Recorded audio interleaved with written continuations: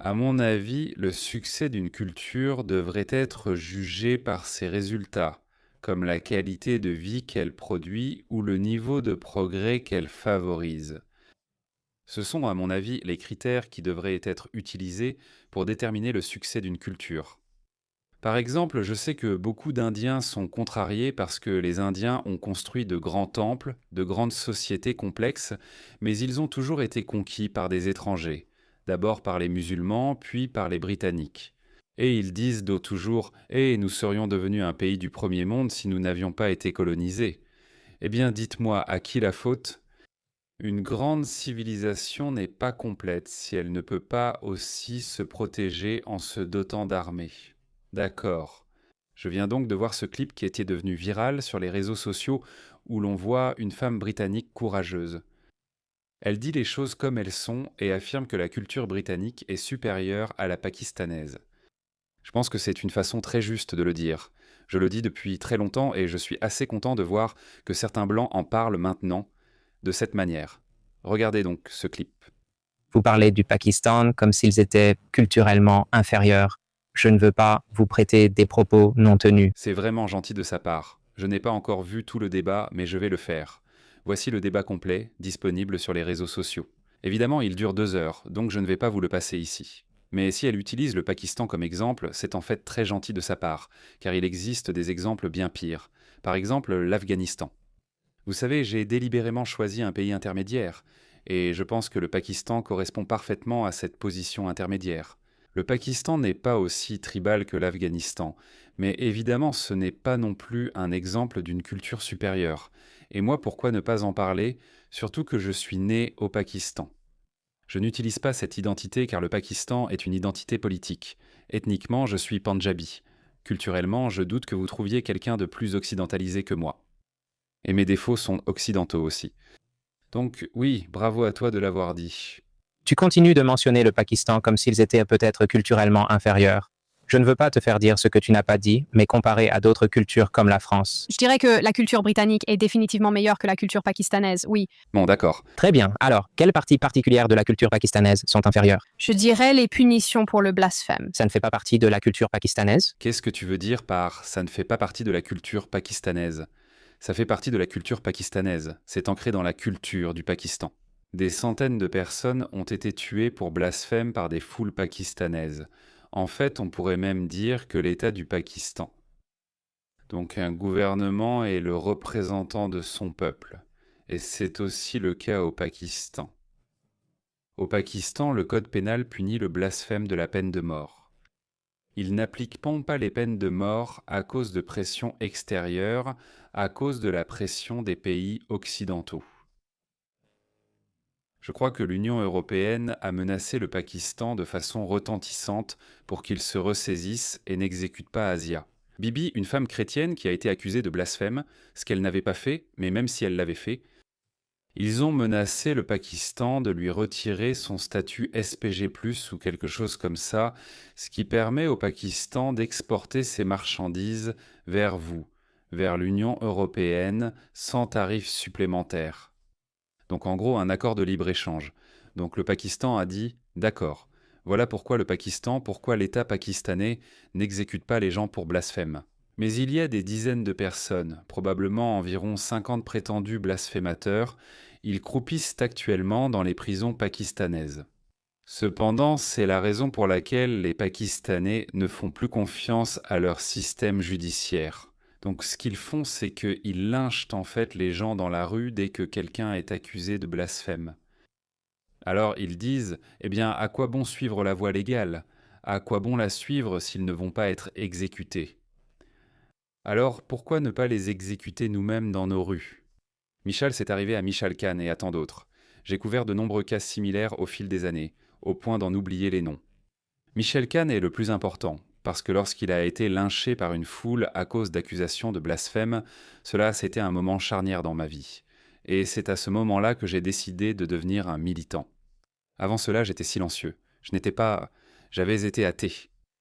J'avais été athée pendant plus de 10 ans à ce moment-là, en 2017, lorsque Michel Khan, un étudiant universitaire, a été tué par une foule à cause d'une accusation de blasphème. C'est à ce moment-là que j'ai décidé de devenir un militant, Donc oui, cela fait entièrement partie de la culture pakistanaise. Ce type ne sait pas de quoi il parle. Au Pakistan, des personnes sont exécutées pour blasphème contre l'islam. Je sais aussi que les musulmans ahmadis subissent une persécution d'État. Ne me lance même pas sur les Ahmadis. Donc l'islam Ahmadi est une secte de l'islam que la majorité des musulmans ne reconnaît pas comme faisant partie de l'islam, mais eux se considèrent comme musulmans. Donc c'est inscrit dans la constitution du Pakistan que ces personnes ne sont pas musulmanes, même si elles insistent pour être reconnues comme musulmanes.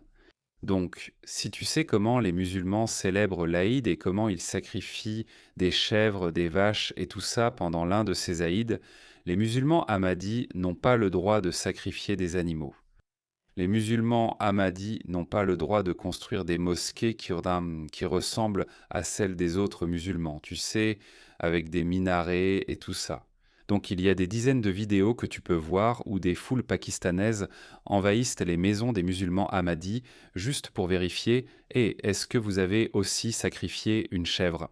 Parce que sacrifier des chèvres est une pratique musulmane. Vous n'avez pas le droit de le faire. Il y a beaucoup de mosquées. Laisse-moi te montrer. Et aucune mesure n'est prise contre eux. J'ai déjà beaucoup parlé de ça. Alors, cette jeune femme, bravo, elle maîtrise assez bien son sujet. Regardez ça. Ces musulmans pakistanais démolissent une mosquée ahmadi parce que les mosquées appartiennent aux musulmans. Et puisque les Ahmadis ne sont pas musulmans, ils n'ont donc pas le droit d'avoir une mosquée. C'est ancré dans la culture pakistanaise, et l'État du Pakistan favorise cette intolérance. Sur le passeport pakistanais, il est écrit que je reconnais que Muhammad est le dernier prophète d'Allah. Ils ont ajouté cette phrase dans le passeport uniquement pour viser les Ahmadis, parce que c'est sur ce point que les Ahmadis diffèrent de l'islam majoritaire. Ils disent Mirza Ghulam Ahmad Qadiani, qui est né au XIXe siècle.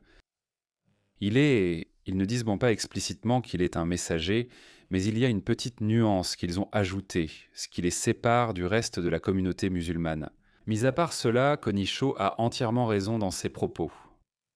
C'est une discrimination sanctionnée par l'État, et la société dominante est encore plus hostile envers les Ahmadis que l'État du Pakistan.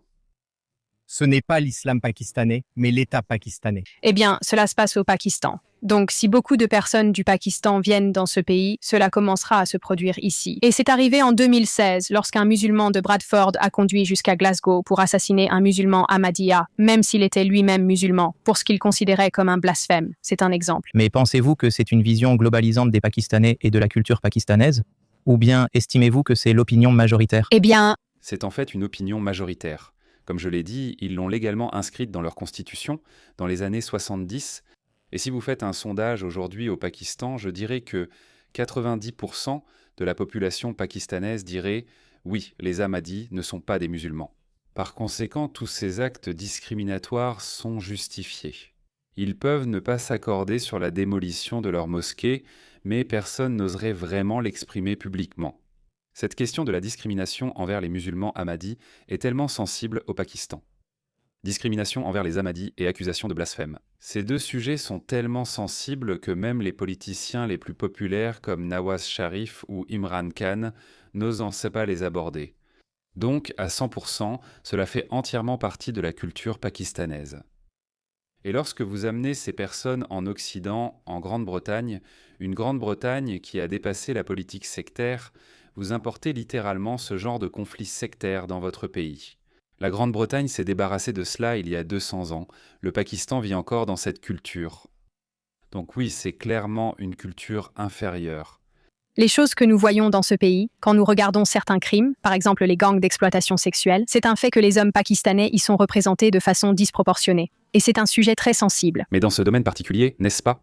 Eh bien, il y a au moins 50 villes et communes à travers le Royaume-Uni où nous savons que ce crime a eu lieu. L'immigration en provenance du Pakistan a causé beaucoup de problèmes dans ce pays. Cela ne signifie pas que tous les Pakistanais ou leurs descendants venus ici ont causé des problèmes, mais là où nous avons de gros problèmes d'enclave ethnique, par exemple à Bradford, les mariages entre cousins, c'est l'une des raisons pour lesquelles les réseaux de pédocriminalité ont pu opérer. C'était à cause de la...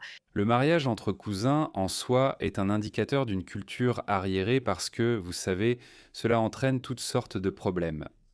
les liens de parenté entre les personnes qui violaient des filles. Beaucoup d'entre eux étaient frères, cousins. En raison du modèle familial tribal au Pakistan et des mariages entre cousins, les liens familiaux y sont beaucoup plus forts qu'en Grande-Bretagne ou dans la plupart des pays occidentaux, où ces mariages sont interdits depuis longtemps. J'ai discuté de ce sujet avec un Pakistanais. Personnellement, je ne l'ai pas fait, mais je l'ai fait. Connie, parle-moi et je te le dirai, tu as totalement raison. J'ai fait beaucoup de recherches. Je pense que tu as essayé de lui faire croire qu'elle se trompait.